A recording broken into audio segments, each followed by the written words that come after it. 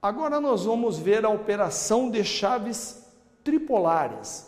Bom, a chave seccionador tripolar, elas têm vários modelos, né? Nós temos a chave Lorenzetti, que é uma chave utilizada, né, para abrir e fechar com carga. Nós temos um modelo também, que é o modelo Uninterrupter, também é uma chave tripolar com comando no solo.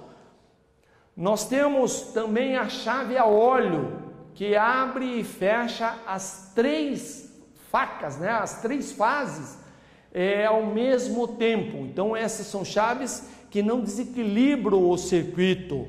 E a mais moderna hoje, que estão sendo instalados, né, nas redes, são as chaves a gás, em gás SF6, né? São gás que extingue o arco quando dá operação. Bom, a abertura da chave, então solicita o bloqueio do religamento da chave. Aí o que nós vamos fazer? Abrimos o cadeado. Então na Uninterrupter nós abrimos o cadeado. Nós temos também a chave a óleo, também abre-se o cadeado. E também a chave Lorenzetti. Então as 3 chaves, ela possui cadeado. Depois de aberto o cadeado, né, nós vamos segurar firme na alavanca e dar o comando de acionamento, né, contínuo e rápido para a posição desejada. Então, ou abrir ou fechar. Coloque-se novamente o pino trava, né?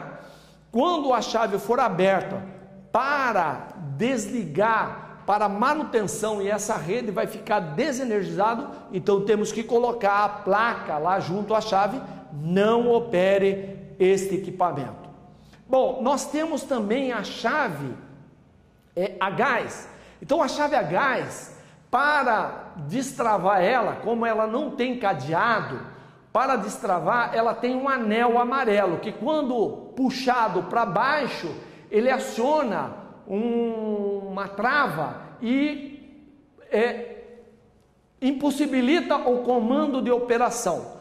Para destravar, simplesmente nós observe que ela, né, ela trava a chave, né, não pode abrir, né, e nem fechar, né, se for o caso, né, ou abrir ou fechar. Então puxa para baixo, trava, empurra para cima, destrava a chave. Bom, uma vez destravada, né, nós vamos puxar o anel amarelo para baixo. Depois de aberto, né, nós vamos simplesmente executar a operação desejada, ou abrir ou fechar, né, através da vara de manobra, que nós fazemos o comando dessa chave a gás. Depois nós certificamos se ela está aberta ou fechado. Então close ou open, né? Close fechado, open aberto. Então ela indica na frente da chave, né? Ela tem essa indicação, ou na barriga da chave também tem essa informação de aberto ou fechado. Então, após feito aquela operação, né, aberto ou fechado, nós introduzimos novamente o bastão no olhão amarelo, puxamos para baixo e travamos a chave.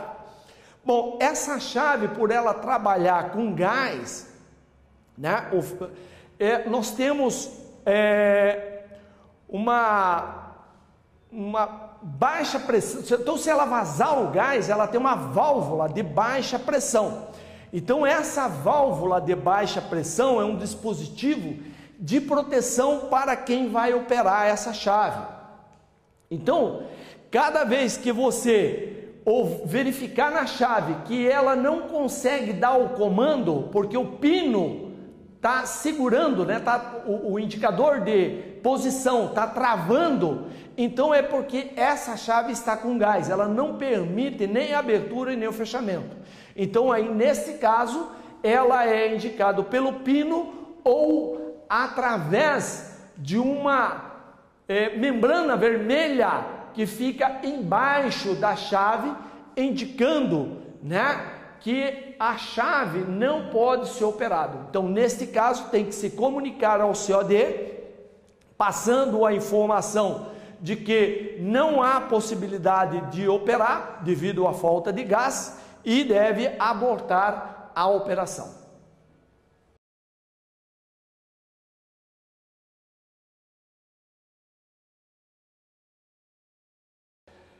Agora nós vamos falar sobre medição. A medição de energia elétrica, ela é empregada para que as concessionárias façam o faturamento, né? Elas consigam quantificar, né, a energia utilizada pelos consumidores.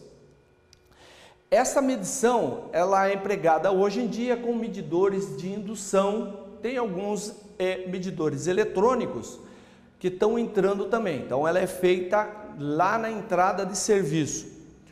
O medidor, ele possui uma identificação que é através do número. Essa medição, ela usa-se para identificar o consumidor. Nos medidores existe uma constante, que é uma constante KD, que ela indica a velocidade que cada giro que o disco faz, ele marca uma quantidade de energia, né? Então a referência watt-hora por rotação quer dizer que cada vez que o giro dá uma volta, ele marca uma quantidade de quilowatt. Bom, para nós ligar esse medidor, nós desenergizamos primeiro o circuito de medição, depois nós fixamos o medidor de tal forma que a parte da identificação do medidor, ele tem que ficar dentro no visor da caixa, né? Quando for metálica. Agora, quando for de plástico, né? Ela for transparente, então aí não há essa necessidade, né? Porque toda a tampa ela é transparente. Identificar os condutores de entrada, tanto as fases como o neutro. Fixar esses condutores no medidor, né? O neutro e a fase bem identificado no bloco terminal. Evitar fazer aquelas curvas de 90 graus, né? Para que não haja o comprometimento do medidor, do fio, né? Recomenda-se não reduzir, quando for cabo, reduzir o número de fios, né, do cabo quando vai entrar ou no disjuntor ou no medidor. Medir a tensão no disjuntor, ligar o disjuntor, testar o medidor para verificar se ele está com ok, né? Com esse teste nós verificamos se a bobina está ok, se o disco não está preso, e nós verificamos o sentido do giro do medidor. Desliga o disjuntor, conecta os fios de ramal de saída no medidor, instala. Quando instalado, são do consumidor apresentar motor trifásico, deve ser observado se o motor está girando ao contrário. Se sim, aí nós invertemos dois fios, fazendo com que o motor gire no sentido correto. Preenche os documentos, lacra a caixa, né, e verifica todo, lacra a caixa, liga o disjuntor. Para retirar de maneira inversa. Então desligamos o disjuntor. Caso for medição agrupada, no caso de edifícios, tem que tomar o cuidado de ver realmente o disjuntor que está sendo desligado. Desconecta os cabos de entrada e de saída do medidor, retira o medidor. Caso o ramal aéreo não for desligado, né? Então aí deve-se lacrar a caixa, né? E existe dois tipos, então só para tomar, como é que se diz, como alerta, né? Existe hoje dois tipos de medidores, né? Dois blocos de medidores. Existe o estilo europeu e o estilo americano. Então tem que tomar cuidado na hora de retirar o medidor. Se caso ele for europeu e você for instalar um americano, para que não inverta os fios e venha provocar curto-circuito. Essa é a instalação e retirada de medidor, ok? Ok, pessoal. Agora nós vamos abordar a tarefa de instalação de ramal. Então nós verificamos como é que se instala o medidor e agora nós vamos ver o ramal. Ramal, na verdade, compreende a ligação entre o postinho de entrada, né, lá do consumidor até o poste da rede de baixa tensão. O condutor vai ser de cobre na região do litoral e de alumínio no restante das regiões. Os condutores, tanto no litoral como nas outras regiões, eles é do tipo multiplexado, são aqueles que são todos agrupados. Bom, antes de eu começar, né, a fazer a instalação do ramal, eu tenho que ver a documentação para verificar qual o tipo de ligação que eu vou fazer, se ela é mono, bi ou trifásico, né? Procede-se primeiro a análise de risco do local, o tráfego, né, a quantidade de carros, né, que está passando, né, no local aonde eu vou instalar esse ramal, o número de ramal existentes já lá no poste. Então, na impossibilidade, né, você pode até muitas vezes ter que desligar a baixa ou a alta tensão, ou mesmo uma equipe de linha viva venha a executar essa tarefa. Bom, o postinho de entrada de serviço, ele tem uma altura mínima exigível de 7,2 metros, né? A ancoragem dele, né, pode ocorrer na fachada. Então, quando ocorre na fachada, tem uma porca-olhel ou um gancho para que faça que eu consiga prender a escada, né? O comprimento desse ramal é de 30 metros, né? Então o ramal deverá ser de 30 metros. Em fim de linha ele pode ocorrer de chegar a 35. A entrada do ramal ele vai se dar na frente do consumidor, né? Não, na entrada, e não pode cruzar o terreno de terceiro. Ele deve ser afastado sinalização, fio telefônico 60 centímetros no mínimo, né? E de sacadas, né, de varandas, janelas é 1,20 m. Essas são as medidas mínimas. O ramal de ligação manterá uma distância de segurança também do solo, né? Que no caso, quando ele estiver cruzando a rua, é no mínimo 5,5 metros. Bom, a fixação da ligação da-se à armação secundária, né? Então ele tem colocado através da alça, né? E aí as fases são colocadas de 10 em 10 centímetros, né, de distância, né? Para se executar esse ramal, nós estacionamos o veículo, sempre que possível isolar, né, o local. A distância do ramal, quando eu for fazer lá no poste da rede, ela tem que ter uma sobra de mais ou menos 1 metro, para que, se caso haja necessidade de se fazer o balanceamento, eu tenha condições, né, de fazer o balanceamento sem precisar ter que tocar o ramal. Ao escalar o poste, lembrar também que outros equipamentos estão energizados, né? A ancoragem deve ser feita lá no pingador. Ela deve ser feita de tal forma que o cabo não fique bebendo água, quer dizer, não fique voltado para cima.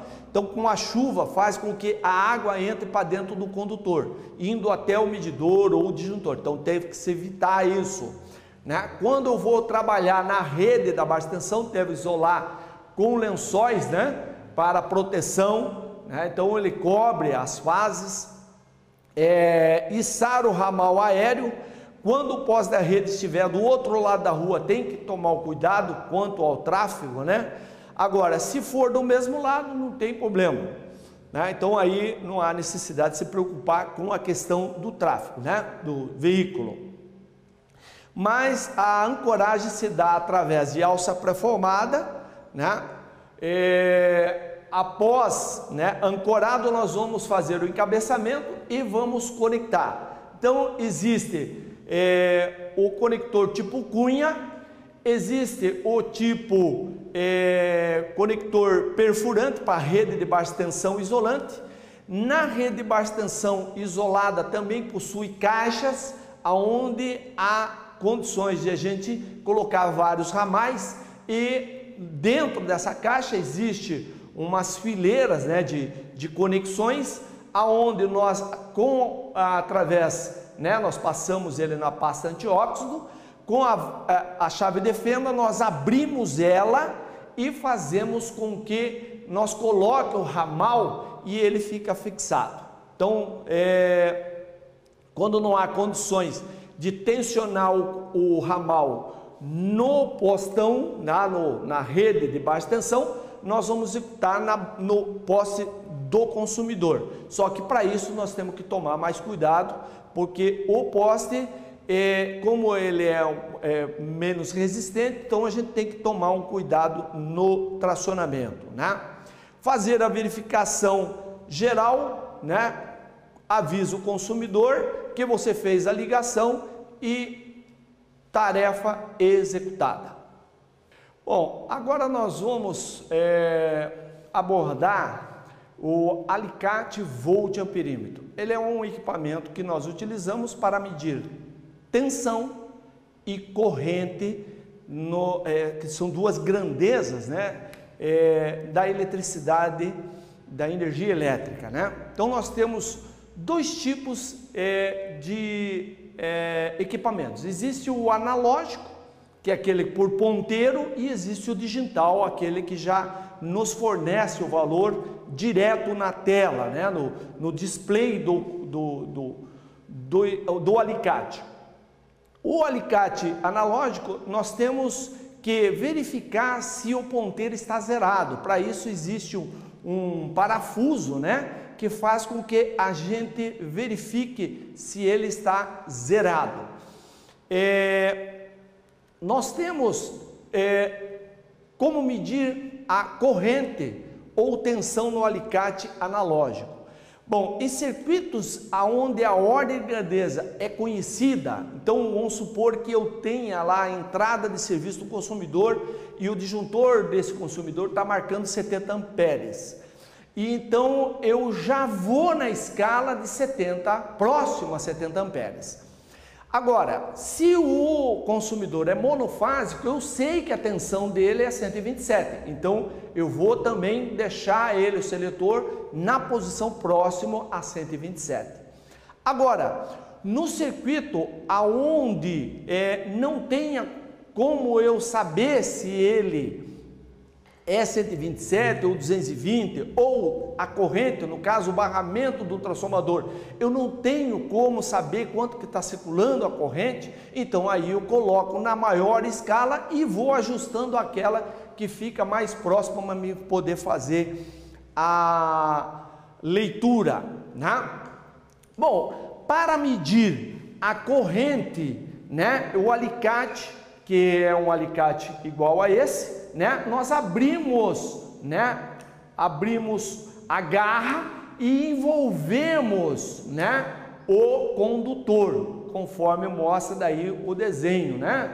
Nós temos aqui, e quando eu vou medir a tensão, aí há necessidade de eu pegar esses cabos teste, né, e colocar ele na posição vermelho com vermelho e o preto com o preto. E aí nós vamos e chegamos lá na tomada, ou no medidor, ou no barramento do transformador, e vamos fazer a medição através desses cabos teste. Então são as duas formas de se fazer medição com alicate, né? No alicate há necessidade também, muitas vezes, de fazer a medição em locais onde nós não tenha visão do ponteiro ou do visor, né, do alicate. Então, neste caso, há necessidade de se bloquear. Neste aparelho, ele tem uma tecla, aonde a gente apertando, que diz hold, né? A gente aperta o hold e ele congela né, tanto o ponteiro como o display, ele congela aquela leitura e a gente tira do local e você faz a leitura. Então essa é a maneira de se fazer a leitura em locais onde nós não temos visão do display, né? Outra coisa muito importante é que esse aparelho, ele tem uma parte metálica bem na ponta da garra, né? Ele tem umas pontas, alguns aparelhos, esse aqui ainda está protegido, mas tem alguns que não tem essa proteção, e quando eu for colocar ele no local onde o barramento ele não é isolado, ele poderá vir a fechar um curto-circuito. Então tomar um cuidado na hora de colocar o aparelho em locais aonde barramento não é isolado, né? Então a trava, não travamos o ponteiro, né? No caso, quando não há condições de visão, né? O aparelho analógico, ele tem também escalas múltiplas. Então, na escala múltipla, cada vez que eu mudo o seletor, eu tenho que verificar qual é a escala correspondente àquele seletor que eu estou colocando, né? Então, se eu colocar 300, é porque a escala vai funcionar de 0 a 300. Se eu colocar ela em 600, ela vai funcionar de 0 a 600. A mesma escala, né? Bom, a leitura, ela é feita da seguinte forma. Primeiro eu tenho que definir no analógico qual é o valor do espaço. Então, o espaço é calculado da seguinte forma. Então, nós pegamos o número maior menos o número menor e divide pelo número de espaço. Isso é a maneira de se obter, né, o valor de leitura. Então, nós temos lá, no caso, um exemplo, onde eu tenho 10 e 8, o ponteiro está nesse meio, né? Entre 10 e 8 amperes. Então, para mim saber qual que é o número do espaço, eu pego simplesmente o 10 menos o 8 e divido pelo número do espaço, no caso são 10 espaços, e aonde eu vou ter cada espaço no valor de 0,2. Ok, pessoal? Então, esse é a medição com o alicate voltperímetro analógico. O digital não há necessidade de se calcular, tendo em vista que uma vez acoplado ele tanto na corrente como na tensão, ele vai dar o valor já direto no display do alicate, ok?